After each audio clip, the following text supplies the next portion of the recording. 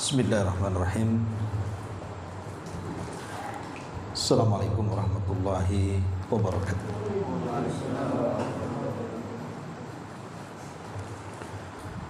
Bihamdillahi wassalatu wassalamu ala rasulillah wa ala alihi wa sahbihi wa mawalah wa la hawla wa la quwata illa billahi wa ba'du. Alhamdulillah, di malam hari ini kita bisa duduk kembali untuk bertalabul ilmi, dan kita masuk pada bab pertama dari Kitab Tauhid, di mana sini pengarang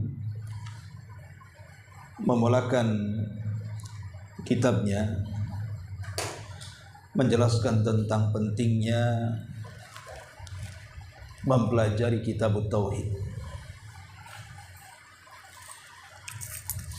Tentu sering saya katakan,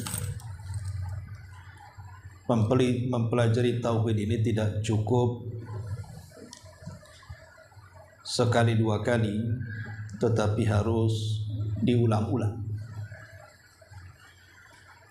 Karena bagaimanapun kita ini hidup karena tauhid. Di sini pengarang memulakan kitabnya Kitabut Tauhid wa qaulullahi ta'ala wa ma khalaqtul jinna wal insa illa liya'budun. Beliau mendasari Kitab Tauhid di bab pertama membawakan beberapa dalil dari Al-Quran dan juga sunnah Nabi Sallallahu Alaihi Wasallam. Tidaklah aku ciptakan jin dan manusia kecuali mereka diperintahkan untuk beribadah kepadaku. Kemudian juga beliau membawakan firman Allah Azza wa Jalla dalam surah An-Nahl 36, "Walaqad ba'atsna fi kulli ummatir rasulan an i'budullaha wajtanibut taghut." Dan sungguh kami mengutus pada tiap-tiap umat ini seorang utusan, tugas mereka menyerukan kepada manusia sembahlah Allah dan jauhi taghut. Dan Allah Subhanahu wa taala juga berfirman dalam surah Al-Isra 23, "Wa qadha rabbuka alla ta'budu illa iyyahu wa bil walidaini ihsana." Dan Rabbmu telah memerintahkan agar jangan sampai kalian beribadah kecuali kepada Allah dan berbuat baik kepada kedua orang tua. Dan Allah Subhanahu wa taala juga berfirman dalam surah An-Nisa 36, "Wa'budullaha wa la tusyriku bihi syai'a." Sembahlah Allah dan jangan sekutukan Allah dengan apapun. Baik, kita akan bahas ayat ini satu persatu dengan singkat. Pertama, Allah Subhanahu wa taala berfirman, "Wa ma khalaqtul jinna wal insa illa liya'budun." Tidaklah aku ciptakan jin dan manusia kecuali agar mereka beribadah kepadaku. Ma'asyiral muslimin rahimakumullah. Ayat ini menunjukkan kepada kita tentang jawaban dari pertanyaan untuk apa kita diciptakan. Maka jawabannya adalah untuk beribadah kepada Allah.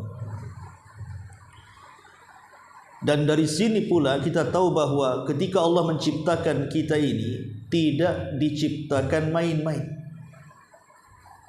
Habis diciptakan kemudian ditinggalkan begitu saja. Makanya Allah mengatakan dalam surah Al-Mu'minun ayat 115, Allah katakan, "Afahasibtum annama khalaqnakum abathan wa annakum ilaina la turja'un."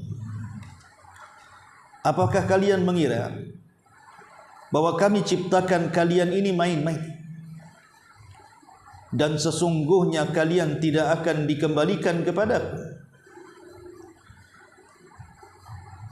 Artinya bahwa manusia ini diciptakan tidak main-main, ditinggalkan begitu saja, tapi diturunkan kepada kita perintah dan larangan. Makanya Abdullah ibn Abbas radhiyallahu anhu ketika memberikan catatan wa ma khalaqtul jinna wal insa illa liya'budun, kalimat illa liya'budun, agar mereka beribadah kepadaku, artinya agar mereka mentaati seluruh perintahku, baik dalam bentuk perintah ataupun dalam bentuk larangan. Ma'asyiral muslimin rahimakumullah. Dan makna ibadah itu sendiri disebutkan oleh para ulama, asal ibadah itu kan diambil dari at-tadhallul wal inqiyad. Seseorang merasa rendah dan merasa patuh. Jadi asal kalimat ibadah secara bahasa adalah seorang yang merendahkan diri dan juga patuh. Maksudnya merendahkan diri kepada Allah sehina-hinanya dan patuh kepada Allah subhanahu wa ta'ala sepatuh-patuh. Itulah makna ibadah. Adapun secara istilah, Syekhul Islam Ibn Taimiyah rahimahullahu ta'ala mendefinisikan dengan sangat baik sekali. Dari semua para ulama yang mendefinisikan tentang makna ibadah secara istilah, beliau mengatakan ibadah adalah ismun jami' likulli ma yuhibbuhu Allah wa yardah minal aqwali wal a'mali adh-dhahirati wal batinati. Jadi ibadah ini sebuah nama yang bersifat universal. Sebuah ibadah, sebuah nama yang bersifat umum, mencakup segalanya, kepada tiap-tiap perkara yang Allah suka dan Allah redha, baik dari ucapan, baik dari perbuatan, baik yang tampak ataupun yang tidak tampak. Perhatikan definisi ini, sebuah nama yang universal untuk tiap-tiap perkara yang Allah suka dan Allah redha, baik yang Allah suka dan Allah redha itu dalam bentuk ucapan ataupun dalam bentuk perbuatan, baik yang tampak atau yang tersembunyi, maka itu disebut ibadah. Apapun yang disukai Allah, apapun yang diridhai Allah, baik ucapan kita atau perbuatan kita, baik yang lahir atau yang batin, maka itu disebut ibadah. Dari sini membantah orang-orang yang menyempitkan ibadah itu dengan tempat. Karena ada orang yang menyangka bahwa ibadah itu hanya terperangkap dalam masjid. Kalau orang datang ke masjid baru dikatakan mau ibadah. Ataupun majelis-majelis ilmu. Datang ke majelis ilmu, duduk di majelis ilmu, kemana? Ini mau ibadah, mencari ilmu. Atau majelis-majelis zikir. Jadi ibadah itu bukan terperangkap dengan tempat atau terperangkap dengan waktu. Apapun dalam kehidupan kita ini bisa menjadi ibadah. Baik dalam ucapan, ucapan ini terkandung zikir, terkandung baca Quran, bahkan kalimat-kalimat yang baik, kalimat yang santun dan yang semacamnya. Yang selama itu Allah suka dan Allah redha, maka itu disebut ibadah. Ataupun perbuatan. Perbuatan apa saja, tidak mesti harus salat, puasa, zakat dan yang semacamnya. Seseorang membuang sesuatu di jalan yang mengganggu orang, atau menunjukkan alamat bagi orang yang sesat, atau mengantarkan orang ke rumah sakit, ke pasar dan yang semacamnya, selama Allah suka dan redha, maka itu ibadah. Baik yang tampak ataupun yang tidak tampak. Yang tidak tampak maksudnya dalam hati, niat yang baik. Jadi ibadah ini luas sifatnya, tapi syaratnya dua.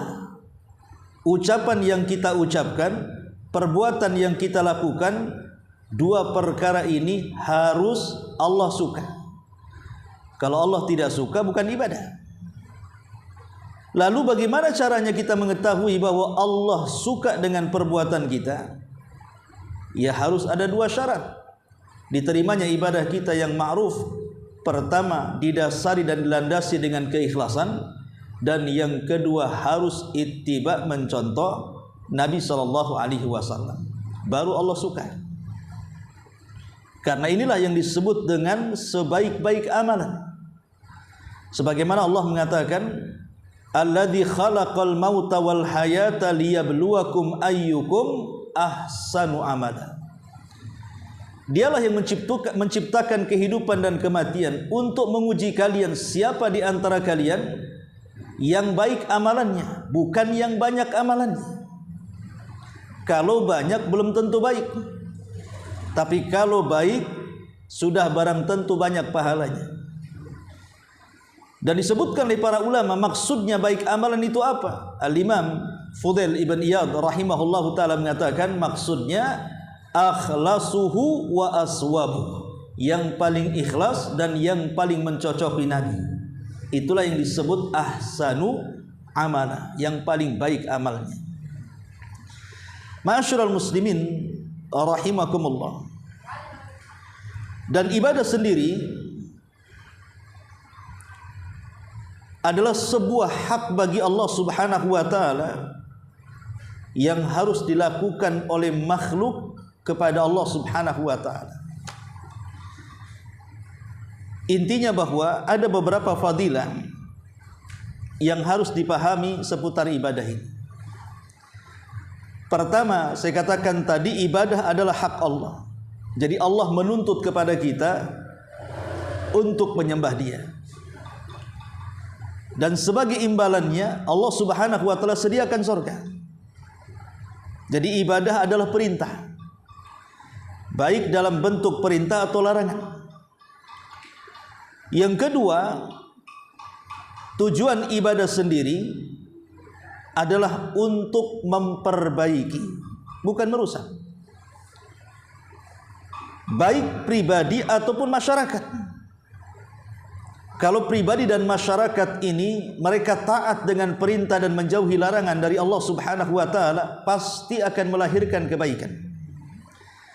Karena di balik perintah itu ada maslahat, sebagaimana di balik larangan itu ada madarat. Setiap perintah pasti ada maslahatnya, dan setiap larangan itu pasti ada madaratnya. Lah ketika ibadah ini terdiri daripada perintah dan larangan, dari perintah ini lahirlah apa yang disebut dengan wajib dan sunnah. Dari larangan ini lahirlah apa yang disebut dengan haram dan makruh, tengah-tengahnya disebut mubah. Sesuatu yang wajib dilakukan atau yang sunnah dilakukan pasti ada kebaikan.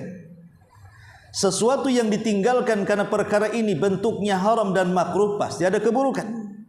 Makanya ibadah sendiri adalah melahirkan kebaikan, baik yang bersifat individu ataupun masyarakat. Ini yang kedua. Yang ketiga, ibadah sendiri adalah tahrirul insani min ibadati ghairillah. Tujuan ibadah itu adalah membebaskan kita dari penghambaan kepada selain Allah. Kenapa Allah Subhanahu wa taala perintahkan ibadah kepada kita? Agar kita tidak boleh menyembah kecuali kepada Allah, untuk membebaskan kita supaya kita tidak menyembah selain Allah, membebaskan manusia dari ubudiyah kepada selain Allah Subhanahu wa taala. Kalau seandainya Allah Subhanahu wa taala tidak merintahkan ibadah kepada kita, artinya tidak menyembah kecuali kepada Allah Subhanahu wa taala, tentu manusia itu akan sembarangan dia menyembah selain Allah. Makanya kenapa Allah Subhanahu wa taala utus kepada kita Rasul, Allah turunkan kepada kita kitab. Untuk apa coba? Untuk membimbing kita bagaimana caranya ibadah kepada Allah Subhanahu wa taala. Anda bisa bayangkan kalau seandainya Allah tidak mengutus Nabi, Allah tidak menurunkan kitab, artinya tidak ada undang-undang hidup. Kira-kira manusia mereka akan menyembah kepada siapa? Pasti sembarang mereka akan menyembah. Contoh sederhana saja, Orang-orang yang di dalam hutan sana, anggaplah orang-orang primitif yang tidak ada ustadz masuk kepada mereka, tidak pernah mendengar Quran diajarkan kepada mereka. Mereka memang turun-temurun hidup primitif di dalam hutan itu. Coba kira-kira apa yang mereka lakukan? Apa mereka sholat sama dengan kita? Puasa sama dengan kita? Zakat sedekah sama dengan kita? Zikir baca Quran sama dengan kita? Tidak. Mereka pasti akan mencari sesembahan selain daripada Allah Azza wa Jalla. Dan biasanya ketika tidak ada bimbingan maka mereka akan liar. Mereka bisa saja menyembah sesuai dengan yang mereka pikirkan, sesuai dengan yang mereka lihat, sesuai dengan yang mereka dengar. Seperti kalau dianalogikan itu seperti orang-orang barat ketika menggambarkan UFO. Apakah orang barat pernah melihat UFO di planet sana? Itu karangan mereka. Tidak ada makhluk yang namanya UFO di planet-planet sana di atas langit sana. Tapi mereka berimajinasi kan, seolah-olah UFO itu ya besar kepalanya, kemudian ada telinganya besar kan gitu ya. Mereka menghayal sebenarnya. Ketemu aja tidak, tapi mereka menghayal. Kemudian mereka menggambar bahwa UFO ini seperti ini. Lah sama dengan orang-orang primitif ketika mereka menggambarkan siapa sesembahan mereka. Karena mereka tidak pernah dibimbing siapa Tuhannya, bagaimana cara menyembahnya, maka mereka pun akhirnya asal-asalan mencari Tuhan. Ada yang menyembah pohon akhirnya, ada yang menggah akar, ada yang menyembah lembah, menyembah gunung, menyembah tempat-tempat keramat kan gitu kan. Sesuai dengan yang mereka pikirkan tuh, karena nggak ada bimbingan masalahnya. Jadi akhirnya liar. Tapi nikmat dari Allah Subhanahu wa taala kepada kita, Allah bimbing kita, diutus oleh Allah kepada kita seorang nabi.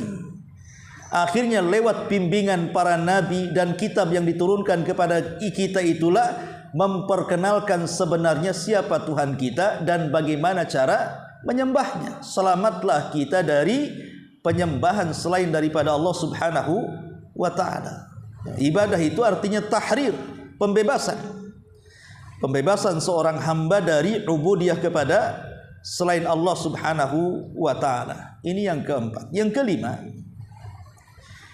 bahwa ibadah sendiri adalah tahrirul lil insan minal khaufi wal jubni wal bukhli wal hirsi wadh-dhulli wa kulli radaili innas salata tanha 'anil fahsya'i wal munkar.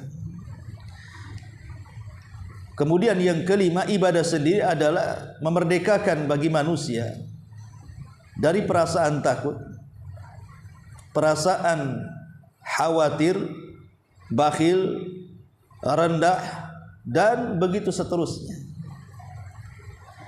Ibadah ini melahirkan akhlak. Ibadah ini melahirkan akhlak intinya. Orang yang rajin beribadah dan yakin bahwa ibadah dia pas kepada Allah Subhanahu wa taala, kehidupannya tidak akan dipenuhi dengan takut. Kehidupannya tidak mungkin dipenuhi dengan kekerdilan, kemudian juga bakhil dan yang semacamnya dari akhlak-akhlak buruk itu. Makanya kita lihat rukun Islam ya. Contoh salat. Salat adalah ibadah. Innas salat, qul innas salati wa nusuki wa mahyaya wa mamati lillahi rabbil alamin. Salat itu ibadah. Lihat bagaimana fungsi ibadah salat ini. Innas salata tanha 'anil fahsya'i wal munkar. Salat ini mencegah perbuatan keji dan kemungkaran. Artinya salat ini melahirkan akhlak. Atau contoh umpamanya puasa. Nabi mengatakan, rubba shaimin laisa lahul jaza illal ju'i wal ats. Berapa banyak orang-orang yang berpuasa itu tidak berpahala kecuali hanya menahan lapar dan dahaga. Kenapa? Karena boleh jadi saat berpuasa dia menggibah, dia berdusta, namimah, mengucapkan kalimat kotor dan yang semacamnya, sehingga dia hanya melaksanakan kewajiban. Makanya kenapa Nabi mengatakan kalau seandainya seseorang sedang berpuasa, datang orang hendak memprovokasi kita untuk bertengkar, apa jawaban Rasul? Faqulum ri'in inni sha'imin. Katakan kepada dia saya sedang berpuasa. Jangan dilayan maksudnya. Sebab kalau ada orang yang memprovokasi kemudian kita terprovokasi, akhirnya kemudian jadi musuhan, maka tidak bisa dibedakan mana yang baik, mana yang tidak baik, mana yang berakal, mana yang tidak berakal. Kalau sama-sama orang yang jahat dilayani dengan kejahatan, kan tidak bisa dibedakan mana yang berakal, mana yang tidak. Jadi puasa itu melahirkan akhlak. Atau haji, Nabi SAW mengatakan, man hajjah walam yarfus walam yafsuk raja'a ka yaumin waladathu ummu. Siapa yang haji, dia tidak mengeluarkan kata-kata kotor ataupun tidak melakukan kefasikan, maka dia pulang dalam kondisi seperti anak yang baru dilahirkan dari ibunya. Lihat bagaimana haji melahirkan akhlak. Kemudian juga zakat sudah jelas membersihkan harta dan membersihkan hati. Intinya bahwa rukun Islam saja, belum ibadah-ibadah yang Allah perintahkan yang lain, itu melahirkan akhlak bagi kita. Itulah kenapa kemudian ibadah ini adalah sebuah kebaikan yang Allah Subhanahu wa taala perintahkan kita untuk melakukannya. Ma'asyiral muslimin yang dimuliakan Allah Azza wa Jalla, adapun secara individu yang bisa kita rasakan orang-orang yang beribadah kepada Allah Azza wa Jalla itu, pertama, tumakninatul qalbi. Ibadah itu membawa ketenangan, ikhwan. Ibadah itu membawa ketenangan hati. Makanya Allah Subhanahu wa taala mengatakan, ala bidzikrillahi tatmainnul qulub. Ingatlah dengan berzikir kepada Allah, hati menjadi tenang. Ketenangan hati itu kan dicari semua orang, karena ketenangan hati itu kunci daripada kebahagiaan. Makanya dicari semua orang. Orang kaya pengen tenang hatinya, orang miskin juga sama. Orang sakit, orang sehat juga sama. Laki-laki, perempuan, kafir, mukmin, semua pengen hatinya tenang. Karena hati tenang itulah yang membawa bahagia. Tapi banyak orang yang salah kaprah. Mencari ketenangan hati itu justru bukan pada jalannya. Ada orang yang ingin tenang akhirnya mabuk. Ya betul, saat mabuk dia tenang, habis sadar dia stres. Ada orang ingin tenang, jalan-jalan ke pantai, sesaat dia tenang di sana, melihat pemandangan indah, pulang stres lagi. Dan begitu seterusnya. Ada ketenangan kalau pegang uang, saat uang tidak ada, hilang itu ketenangan. Jadi ketenangan sesaat duniawi ini itu bukan ketenangan hakiki. Walaupun kita tidak mengingkari bahwa kekayaan, uang, jalan sana, kuliner dan yang semacamnya bisa menyumbang ketenangan, tapi bukan segala-galanya. Tapi ibadah itulah ketenangan yang hakiki. Coba lihat orang-orang yang cerita-cerita orang yang hijrah lah. Dulu saat mereka ahli maksiat, akhirnya kemudian hijrah, yang tidak sholat jadi sholat, yang tidak pernah hadir di majelis taklim jadi rajin di majelis taklim, yang pokoknya yang dulunya meninggalkan sunnah akhirnya melaksanakan sunnah, itu hidupnya tenang. Makanya Imam An-Nawawi rahimahullahu taala ketika memberikan catatan kepada hadis Nabi sallallahu alaihi wasallam, ala bi dzikrillah tatmainnul qulub, ingatlah dengan zikir kepada Allah membuat ketenangan. Kenapa demikian? Karena salah satu zikir itu adalah hadir di majelis ilmu yang diajarkan padanya mana yang baik, mana yang buruk, mana yang halal, mana yang haram. Orang kalau sudah paham ini boleh, ini tidak.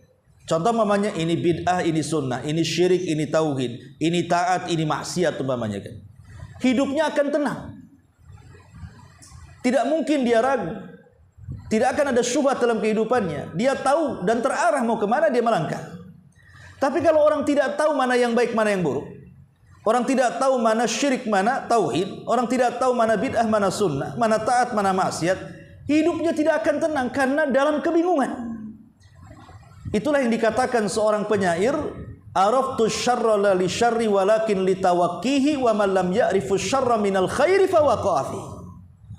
Aku mempelajari keburukan bukan untuk kuamalkan, tapi aku mempelajari keburukan itu supaya mudah kutinggalkan. Karena siapa yang tidak mengenal baik dan buruk pasti terjerumus kepada keduanya. Makanya orang yang punya ilmu itu hidupnya lebih tenang dibandingkan orang jahil. Orang jahil itu bingung, akhirnya tanya sana, tanya sini. Terkadang akhirnya terjerumus kepada yang haram dan syubhat dan begitu seterusnya. Intinya pengaruh ibadah kepada diri kita itu membawa ketenangan. Ini yang pertama. Yang kedua, nurul wajhi. Allah berikan cahaya dalam wajahnya. Orang yang rajin ibadah itu karena mereka dekat dengan Allah, bergantung kepada Allah, maka tidak ada di raut wajahnya itu stres, bingung, sehingga mudah tua dan begitu seterusnya kan. Pasti hidupnya ceria. Karena dia bergantung kepada Allah. Makanya Allah mengatakan simahum fi wujuhihim min atharis sujud. Tanda mereka, orang-orang ahli ibadah itu, nampak di wajah-wajah mereka cahaya karena bekas-bekas sujud mereka. Orang yang tahu siapa sesembahan mereka, artinya mentauhidkan Allah dengan beribadah kepada Allah, menggantungkan diri kepada Allah, maka hidupnya akan cerah. Dia tidak akan stres.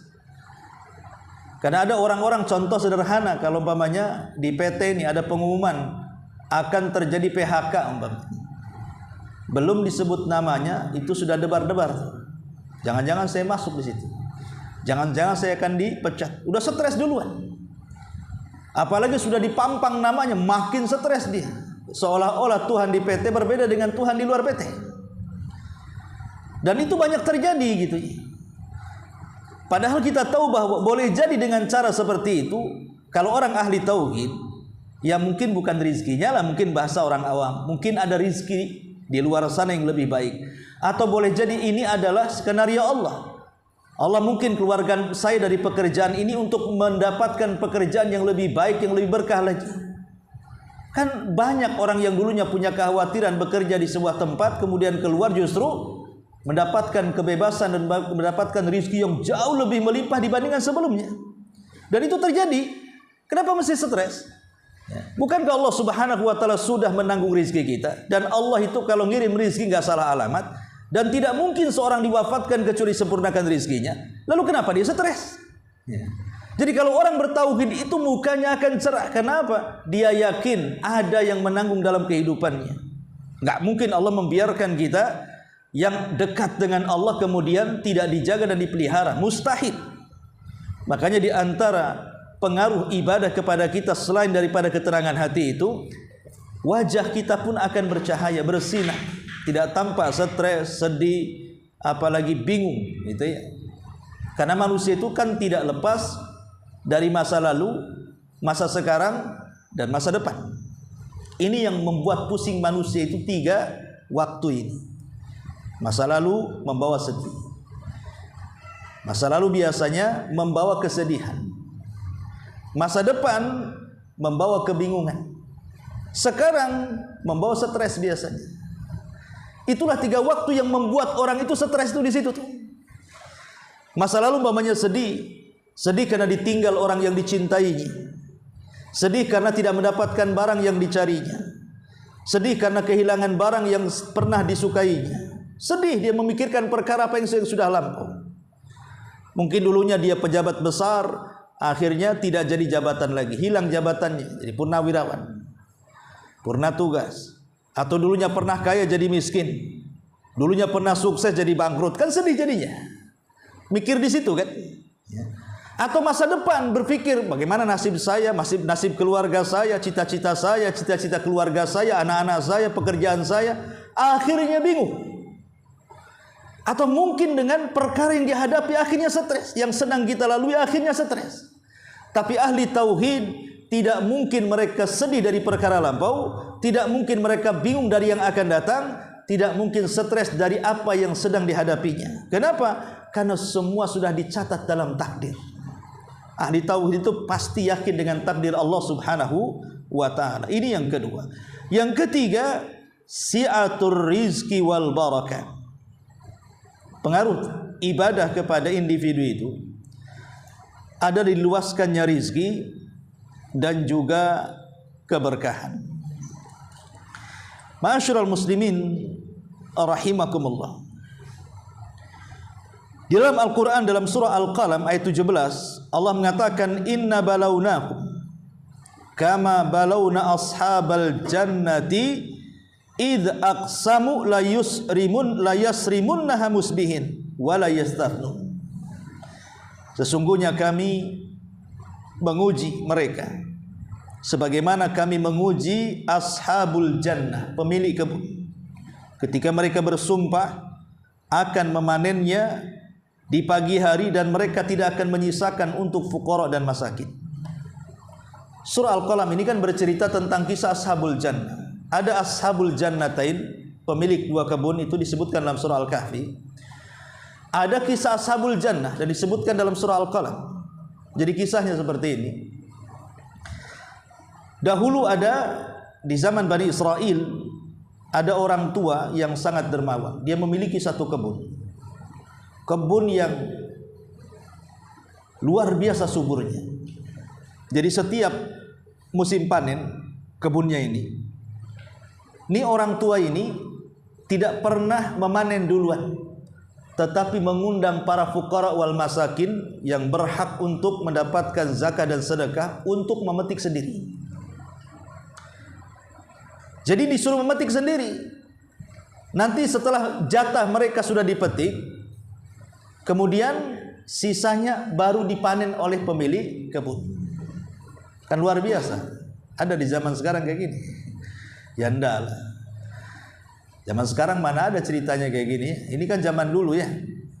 Jadi orang-orang fakir suruh manen dulu, nanti sisanya diambil pemilik kebun. Qadarullah, meninggal pula pemilik kebun ini. Si bapak ini meninggal dan meninggalkan 5 anak laki-laki. Jadi 5 anak laki-laki ini yang berakal cuma 1 yang pertengahan. Tapi anak pertama dan kedua, anak keempat dan kelima ini otaknya error sama. Membodoh-bodohkan orang tuanya dan mengatakan, bodoh orang tua, pantutlah kita ini tak pernah kaya. Karena rizkinya diambil fuqara wal masakin. Lah ini kan tanah-tanah kita, kenapa orang-orang itu harus mengambil segalanya? Pokoknya panen raya tahun ini tidak boleh ada orang miskin yang mengambilnya. Kita ambil semuanya supaya kita mendapatkan keuntungan yang banyak. Makanya Allah mengatakan wala yastathnun, jangan disisakan bagi mereka fuqara wal masakin itu. Tetapi yang tengah-tengah ini berakal, menasihati kakak-kakaknya dan adik-adiknya, jangan seperti itu. Tradisi bapak kita, kalau panen raya biar orang miskin yang mengambil jatahnya, sisanya nanti kita, toh juga masih lebih banyak hasilnya. Tapi yang 4 orang ini tak mau. Akhirnya ketika betul-betul keesokan harinya mau panen raya, malamnya mereka sudah terpikir, kemudian menghayal bahwa mereka akan dapat hasil banyak besok. Mereka sudah mempersiapkan persiapannya. Di sini Allah Subhanahu wa taala kirim ada petir, kemudian membakar seluruh kebunnya. Mereka tidak tahu kalau kebunnya sudah hancur dan terbakar sampai ke para-parapnya. Lah yang tengah-tengah berakal ini terus menasihati jangan seperti itu. Tapi karena kalah suara, ya sudah, dia hanya bisa diam 1000 bahasa. Akhirnya keesokan harinya mereka sudah bangga masuk ke dalam kebun. Sampai di kebun, rupanya kebunnya sudah hitam terbakar. Mereka mengatakan jangan-jangan bukan kebun kita, kita salah jalan gitu. Diulang lagi, ya memang itu kebunnya, ya memang ke situ lagi kan begitu. Barulah kemudian mereka menyadari bahwa ada yang salah dari diri mereka, tidak melaksanakan tradisi ayahnya. Mereka menjadi bakhil. Mereka tidak menjadi bakhil dan tidak memberikan hak sebagai bentuk ibadah kepada Allah dengan bersedekah kepada fuqara dan masakin. Akhirnya dimiskinkan, bahkan diadab seperti itu. Coba kalau seandainya mereka mengikuti adat kebiasaan orang tuanya, tidak mungkin datang adab kepada mereka. Boleh jadi hasil lebih banyak kan begitu. Lah dari sini kita tahu bahwa ibadah itu meluaskan rezeki dan juga meluaskan berkah, kebaikan. Tapi sebaliknya jauh daripada ibadah itu, maka akan menyempitkan rezeki dan menjauhkan dari keberkahan.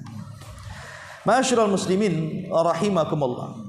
Adapun macam-macam ibadah itu kan ada 3 macam. Ya.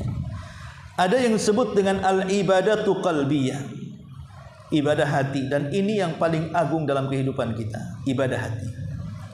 Seperti menanamkan perasaan cinta kepada Allah, takut kepada Allah, harap kepada Allah, khusyuk, tawakal, tobat dan yang semacamnya, itu semua ibadah hati. Kemudian yang kedua ada namanya al-ibadatu al-lisaniyah, ibadah lisan, seperti mengucapkan syahadat, memuji Allah, berdoa, tilawah Al-Quran, berdakwah, menasihati, mengajak manusia kepada kebaikan, mencegah dari kemungkaran, itu semua ibadah lisan. Di sana ada ibadah yang disebut dengan al-badaniyah, ibadah badan seperti salat, menyembelih, nadar, haji, jihad, dan semua ibadah. Dan yang keempat boleh kita tambah ada namanya al-ibadah al-maliyah, ibadah harta, seperti zakat gitu. Walaupun ini masuk pada ibadah badan, tapi bagaimanapun ibadah harta ini ibadah tersendiri, zakat, sedekah, ya. Tapi ada juga gabungan ibadah antara badan dan harta seperti haji. Tidak mungkin bawa badan saja karena nggak mau harta, seperti orang nekat bawa sepeda gitu ya. Kemudian ujung-ujungnya di jalan minta-minta sedekah online. Ada orang pakai sepeda mau haji kan, sampainya kapan? Ujung-ujungnya minta-minta di jalan. Yang lebih parah lagi pakai kapal galon. Orang mana itu yang pakai kapal galon? 1 bulan sampai Madura, 2 bulan tak sampai sana, jangan-jangan tersesat pula nanti di Laut Fir'aun sana. Nah ini kan menghayal ikhwatu fiddin, hanya untuk konten saja. Intinya bahwa ibadah ini banyak macamnya, bisa dalam bentuk hati, bisa dalam bentuk lisan, bisa dalam bentuk perbuatan, bisa dalam bentuk harta, bisa gabungan semuanya. Dari sini ibadah ini luas, sesuai dengan definisinya tadi, bahwa ibadah itu sebuah nama yang universal untuk apa yang Allah cinta dan redha, baik dari perbuatan atau ucapan, baik yang tampak atau yang hati. Lah, ini definisi Syekhul Islam, contoh-contohnya ini. Makanya ada ibadah hati, ada ibadah lisan, ada ibadah perbuatan, ada ibadah harta, ada yang menggabungkan semuanya, dan begitu seterusnya. Tapi tujuannya, ingat bahwa ibadah itu tidak boleh dilakukan kecuali kepada Allah Azza wa Jalla. Wa ma khalaqtul jinna wal insa illa liya'budun. Kemudian Allah Subhanahu wa taala berfirman lagi, wa laqad ba'atsna fi kulli ummatin rasulan an ibudullaha wajtanibut taghut. Dan sungguh kami utus pada tiap-tiap umat ini seorang rasul. Tugasnya adalah menyerukan kepada umatnya, sembahlah Allah, jauhi sesembahan selain daripada Allah Azza wa Jalla. Ma'asyiral muslimin yang dimuliakan Allah Azza wa Jalla, di antara rahmat Allah Azza wa Jalla, Allah mengutus kepada kita banyak utusan dan banyak kitab yang diturunkan. Dalam hadis Abi Darda, memang ada sebagian ulama melemahkannya. Ketika sebagian sahabat Abi Darda datang kepada Rasul bertanya tentang kam adadul anbiya, berapa banyak sih jumlah para nabi itu?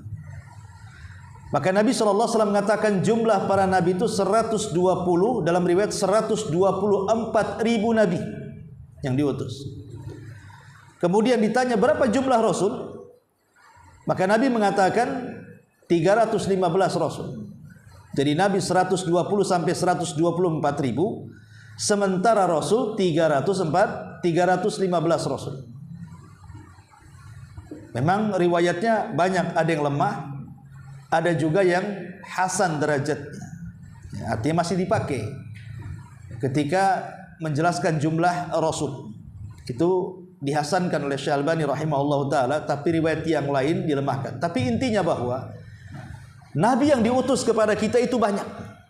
Cuman memang dari 120 atau 124.000 dan 315 rasul itu, yang kita kenal namanya kan tak banyak, hanya 25 nabi dan rasul kan. Itu tercantum dalam Quran semua namanya, di mana 18 namanya tercantum dalam satu surat namanya Al-An'am. Dalam surah Al-An'am itu disebutkan 18 nama. Adapun digenapkan menjadi 25 tersebar di beberapa ayat dalam beberapa surat dalam Al-Quran. Tetapi dari 25 nabi dan rasul itu tidak semua menjadi ulul azmi, nabi-nabi pilihan, rasul-rasul pilihan, kecuali hanya 5 yang dipilih kan. Pertama dimulai dari Nuh, kemudian Ibrahim, kemudian Musa, kemudian Isa, dan Rasul kita Muhammad sallallahu alaihi wasallam. Lah dari ulul azmi sendiri dipilih 2 nabi, 2 rasul yang khusus dijadikan kekasih Allah Subhanahu wa taala. Pertama Khalilur Rahman Ibrahim, dan yang kedua Nabi kita Muhammad sallallahu alaihi wasallam. Tapi dua kekasih ini yang dinobatkan untuk menjadi pemimpin seluruh para nabi dan rasul hanya satu. Dialah Nabi kita Sayyidul Anbiya wal Mursalin, Sayyidul Awwalin wal Akhirin. Rasul kita Muhammad sallallahu alaihi wasallam. Lah nabi sebanyak itu yang diutus oleh Allah Subhanahu wa taala kepada kita, dan rasul sebanyak itu yang diutus kepada manusia. Tugasnya hanya satu, mengajak manusia untuk mentauhidkan Allah. Dan tidak mungkin sempurna mengajak manusia kepada tauhid kecuali juga mencegah dari lawannya.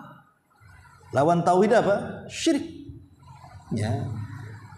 Jadi mereka hanya menyerukan kepada manusia untuk mentauhidkan Allah, dan tidak sempurna seruan ini kecuali memperingatkan dari lawan tauhid.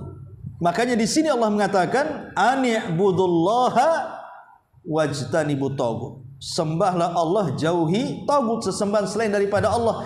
Itulah makna daripada kalimatul la ilaha illallah. La ilaha artinya nafyun, illallah artinya isbatun. La ilaha nafyun artinya peniadaan. Semua Tuhan yang dianggap Tuhan di dunia ini tidak ada. Illallah kecuali hanya Dia semata, Allah Subhanahu wa taala. Jadi tauhid itu harus ada dua perkara yang harus ditetapkan. Pertama peniadaan, yang kedua penetapan. Kalau hanya penetapan saja, tidak ada peniadaan, belum dikatakan tauhid. Makanya orang yang mengatakan tidak ada pencipta kecuali Allah, tidak ada yang menghidupkan dan yang mematikan kecuali Allah, tidak ada yang mengatur dan menguasai kecuali Allah, ini bukan makna benar tentang tauhid. Ini hanya bagian daripada makna tauhid rububiyah. Dan orang yang mentauhidkan rububiyah belum dikatakan Islam. Kalau orang hanya meyakini yang menciptakan Allah, yang mengatur Allah, yang menguasai Allah, ini belum dikatakan muwahhid. Kenapa? Karena orang-orang musyrik saja mereka meyakini itu. Makanya Allah mengatakan wala in sa'altahu man khalaqas samawati wal ard la yaquluna Allah. Kalau kau tanya orang-orang musyrik Arab itu, siapa yang menciptakan langit, siapa yang menciptakan bumi, pasti jawabannya Allah. Artinya mereka mengakui bahwa yang menciptakan, yang mengatur, yang menguasai adalah Allah Subhanahu wa taala. Ini bagian daripada rububiyah, dan tauhid rububiyah ini bersyirikat antara kita dan orang-orang musyrik. Tetapi dakwah para nabi itu bukan hanya sekedar rububiyah. Inti dakwah para nabi adalah uluhiyah. Kalau kalian yakin yang menciptakan Allah, yang mengatur Allah, yang menguasai Allah, yang menghidupkan Allah, yang berikan rizki Allah, berarti kalian tidak boleh beribadah kecuali kepada Allah. Ya, karena orang-orang musyrik mereka yakin yang menciptakan, mengatur alam semesta Allah, tapi kenyataannya apa? Mereka menyembah Lata, Uzza, Manat, Khubal, dan begitu seterusnya. Sama, sebagian kaum muslimin juga ada yang seperti itu.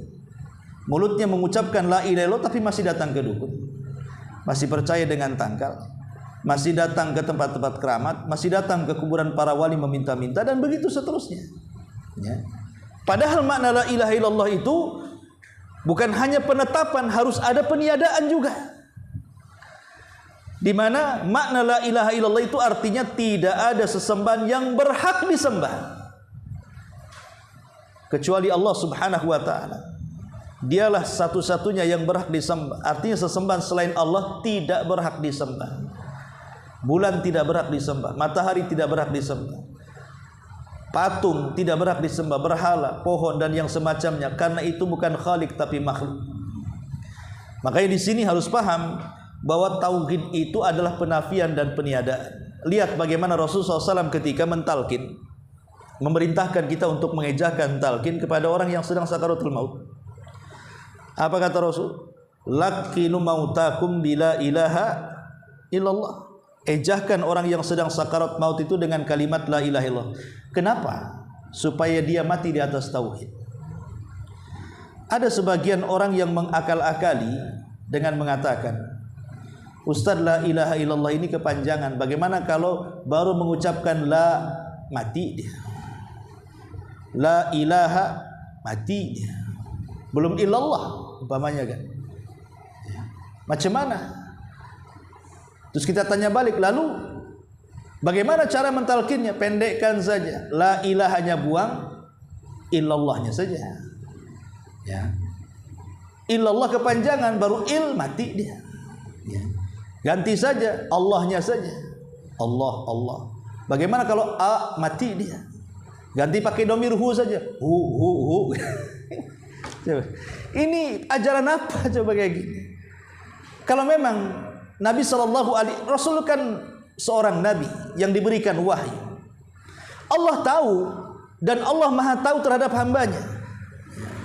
Pasti ada orang yang ketika membaca la mati, Allah pasti tahu. Nggak mungkin Allah tidak tahu dengan hambanya kan? Atau mungkin la ilaha mati, apa Allah tidak tahu? Pasti Allah tahu. Kenapa Allah yang Maha tahu, Dia tidak mengajarkan itu, umpamanya ngomong sama Nabi. Ya. Kalau kebanyakan ataupun kepanjangan singkat aja, umpamanya kan begitu ya. Menjadi illallah atau menjadi Allah atau menjadi hu. Makanya ada orang yang berzikir itu hu. Maksudnya dhamir kepada Allah gitu ya. Kan tidak diajarkan. Kenapa tidak diajarkan? Agar kita ini betul-betul mencontoh Nabi. Jangan merekayasa. Dan tidak ada kalimat yang bisa diputar di lidah tanpa menggerakkan bibir kecuali la ilaha illallah. Makanya hanya itu yang bisa diucapkan orang yang sedang nazar. Kalimat yang lain tidak bisa. La ilaha illallah itu bisa diucapkan lewat lidah, walaupun bibir tidak bergerak. Karena itu kalimat yang elastis, semua orang bisa mengucapkannya. Sampai kepada orang yang nazar saja bisa mengucapkannya. Lalu bagaimana dengan hadis Nabi SAW tentang lakinu mautakum bi Yasin? Ejakan kepada orang yang sedang sakarat dengan surah Yasin. Apakah orang yang sedang nazar disuruh ngikutin surah Yasin? Panjang kali. Ya. Pertama, hadis itu dhaif. Yang kedua, kalaupun hadis itu sahih, kata ulama, membaca surah Yasin kepada orang yang nazar itu hanya mengharap rahmat turun supaya orang yang mati itu mudah saat kematiannya dengan membacakan surah Yasin. Kalau itu memang sahih hadisnya. Tapi kenyataannya para ulama mengatakan seluruh hadis tentang fadilah Yasin yang dibacakan kepada orang mati tidak ada yang sahih. Ini kalau sahih maksudnya ya. Sebagian ulama ada yang mengatakan bahwa fungsi membaca surah Yasin itu untuk memudahkan orang yang sedang sakarat, yang sedang menazak, itu maksudnya di situ. Ya. Ma'asyiral muslimin yang dimuliakan Allah Azza wa Jalla. Kembali kepada ayat ini, walaqad ba'atsna fi kulli ummatir rasulan. Dan sungguh kami utus pada tiap-tiap umat ini seorang utusan. Tugasnya adalah u'budullaha wajtanibut taghut. Sembahlah Allah dan jauhi sesembahan selain daripada Allah alias taghut. Apa itu taghut? Nanti akan sampai babnya. Ya. Kemudian juga Allah mengatakan wa qadha rabbuka alla ta'budu illa iyyah wa bil walidaini ihsana. Allah, Rabbmu memerintahkan kepadamu agar jangan menyembah kecuali kepada Allah dan berbuat baik kepada orang tua. Banyak di Quran itu yang menyebut satu nafas antara perintah tauhid dan perintah orang tua. Hampir banyak sekali menunjukkan bahwa berbuat baik kepada orang tua ini kedudukannya sangat tinggi karena disebut satu nafas dengan tauhid. Bahkan Ibnu Abbas radhiyallahu anhu ada 3 ayat yang ada gandengan 2 perintah, di mana setiap ayat yang terkandung 2 perintah tidak bisa dipisahkan 2 perintah itu, kecuali harus dilakukan dua-duanya. Satu saja bisa mempengaruhi yang lainnya. Contoh perintah solat dengan zakat. Aqimus shalah wa atu zakat. Orang yang solat tapi tidak bayar zakat, maka solatnya percuma. Hanya melaksanakan kewajiban tapi tidak berpahala. Orang yang menunaikan zakat tapi tidak solat juga percuma. Menghabiskan uang saja, menunaikan kewajiban tapi tidak dapat pahala. Yang kedua, mentaati Allah dan Rasulnya. Orang kalau hanya mentaati Allah saja tapi Rasul tidak ditaati, percuma. Seperti orang yang mengikuti Quran tanpa mengikuti sunnah. Macam mana cara solatnya? Macam mana cara puasanya? Sementara rincian solat dan puasa itu ada di sunnah, tidak ada di Quran. Quran itu hanya kalimat global. Laksanakan solat, takbirnya macam mana, rukunya macam mana, kan gitu, nggak dijelaskan di situ. Yang menjelaskan sunnah. Jadi kalau hanya taat kepada Allah, tidak taat kepada Rasul, macam mana caranya? Atau kita balik, taat kepada Allah tapi tidak taat kepada Rasul tapi tidak taat kepada Allah. Macam mana pula caranya? Lah termasuk juga bersyukur kepada Allah dan bersyukur kepada orang tua. Kita belum dianggap bersyukur kepada Allah kalau belum bisa bersyukur kepada orang tua. Man lam yashkurin nas lam yashkurillah, kata Allah. Siapa yang tidak bersyukur atas kebaikan manusia, maka tidak dianggap bersyukur kepada Allah. Orang kalau hanya baik kepada Allah, hablum minallah, tapi tidak baik kepada manusia, apalagi orang tua, hablum minan nas, maka percuma berbuat baiknya kita kepada Allah. Atau sebaliknya. Jadi itulah 3 ayat, kata Abdullah ibn Abbas, yang setiap ayat mengandung 2 perintah yang tidak bisa satu saja dilakukan, harus dua-duanya. Nah, salah satunya ayat ini. Ayat tentang berbuat baik kepada orang tua dan mentauhidkan Allah. Ini harus dua-duanya kita lakukan. Satu sisi kita mentauhidkan Allah, di sisi lain berbuat baik kepada kedua orang tua. Tapi intinya di sini adalah kalimat alla ta'budu illa iyyah, dan yang terakhir wa'budullaha wa la tusyriku bihi syai'an. Sembahlah Allah wa la tusyriku bihi syai'an, dan jangan sekutukan dengan Allah syai'an. Syai'an ini nakirah tufidu al-umum. Lafaz nakirah, kalimat yang ada tanwinnya, bahasa kitanya ya. Kalau ada alif lam disebut ma'rifat, kalau ada tanwin disebut nakirah. Umumnya dalam ilmu usul, nakirah fi siyakin nafi itu tufidul umum. Kalau ada lafaz nakirah dalam bentuk peniadaan, maka memiliki makna umum. Artinya jangan menyekutukan Allah dengan sesuatu apapun. Mau dengan nabi, mau dengan malaikat, mau dengan jin, mau dengan orang soleh, mau dengan batu, mau dengan gunung, mau dengan apapun selain daripada Allah, jangan sekutukan Allah. Kan ini umum ya. Karena kita tahu dalam sejarah ada orang-orang yang menyembah para malaikat. Makanya orang-orang kafir Quraisy menganggap malaikat itu banatullah, anak-anak putri Allah. Ada yang menyembah nabi seperti Yahudi, mengatakan Uzair anak Tuhan. Nasrani mengatakan Isa anak Tuhan. Kan itu ya. Dan semuanya diingkari Allah. Semuanya tidak dibenarkan oleh Allah, walaupun nabi. Bahkan ada yang menyembah bintang, bulan, matahari di zaman Nabi Ibrahim. Dan kesyirikan itu setiap zaman pasti berkembang. Kesyirikan pertama terjadi di zaman Nabi Nuh. Itu hanya apa? Menyembah berhala kan? Kuburan-kuburan orang soleh dibentuk patung dalam bentuk gambar orang-orang soleh, Wad, Yagus, Ya'uq, Nasr, itu kan dibentuk kemudian disembah. Awalnya hanya dalam bentuk berhala. Yang berhala itu digambarkan seolah-olah replika daripada orang-orang soleh yang mereka cintai ketika mereka masih hidup. Itulah kesyirikannya pertama. Tapi kan sepanjang zaman dari Nabi Nuh kepada Ibrahim bertambah tuh. Bukan hanya nyembah patung saja. Bertambah, ada yang nyembah matahari, ada yang nyembah bulan, ada yang menyembah bintang kan di zaman Nabi Ibrahim. Bukan hanya berhala saja kan.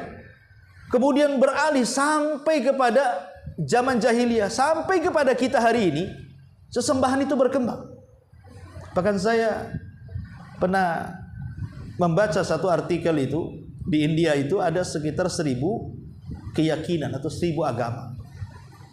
Kalau 1000 agama berarti 1000 Tuhan, karena masing-masing agama tidak mungkin menyembah agama yang lain kan, Tuhannya. Bayangkan kalau 1000 agama berarti 1000 Tuhan.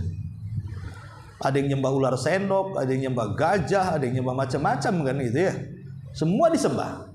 Jadi memang kesyirikan itu semakin berkembang tuh.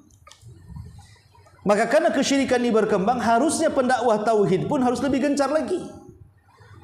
Kalau tidak, maka kesyirikan akan mendominasi tauhid, dan itu tanggung jawab antum sebagai talabatul ilmi. Harus menjelaskan ke masyarakat apa itu syirik, apa itu tauhid. Walaupun sekali lagi yang namanya tantangan dakwah itu pasti tidak mudah, karena mendakwahkan tauhid dipastikan ada musuhnya, dan musuhnya ada 2. Pertama dari setan, dari kalangan jin, dan yang kedua setan dari kalangan manusia. Sudah dipastikan setiap dakwah tauhid pasti ada musuhnya. Kalau berdakwah tidak ada musuhnya, berarti dakwahnya dipertanyakan. Bukan berarti ketika dakwah cari musuh, tidak. Itu fitrah dakwah, pasti ada musuh. Ya, untuk menggagalkan dakwah. Apalagi yang didakwahkan adalah tauhid, dakwahnya para nabi dan rasul. Sekelas para nabi saja Nabi kita Muhammad sallallahu alaihi wasallam musuhnya banyak. Orang musyrik Arab, orang Yahudi Madinah, orang munafik dari dalam kan, sampai Rasul kewalahan untuk menghadapi musuh-musuh itu. Maka begitu juga kita, tetapi tentu walaupun dakwah tauhid ini banyak risiko, itu sudah kewajiban kita. Minimalnya ku anfusakum wa ahlikum nara. Minimalnya untuk keluarga, ya orang tua, kerabat, anak kita dan begitu seterusnya. Wallahu alam. Ini diantara 4 ayat yang disebutkan di permulaan kitab. Di sini masih ada 2 hadis karena waktu juga, insyaallah kita lanjutkan minggu depan. Sebelum saya tutup, silakan kalau ada yang mau bertanya. Ya, fadhil.